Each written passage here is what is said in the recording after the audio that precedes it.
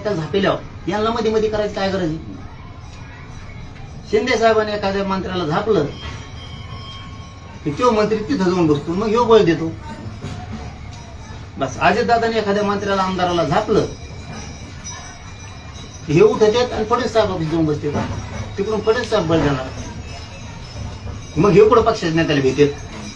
त्यांच्या नेत्याला भेटत ना. मग ही सुद्धा याच्यातली खूप मोठी गोम आहे, खूप मोठी अडकाठी. आणि हे मात्र पक्षाच्या सगळ्या पक्षातल्या मराठ्यांच्या नेत्यांनी सुद्धा समजून घेणं गरजेचं आहे. जिथं राहतोय आपण ज्या घरात, त्या घरावरच जर आपल्याला संपवणार असली किंवा आपल्या नेत्याला बळ देणार असले तर मग तुम्ही काय उपयोगाचे नेमकी? ही याच्यात खूप मोठी अडचण आहे. पण आता मराठ्यांनी सावध व्हा, एक एक बघू.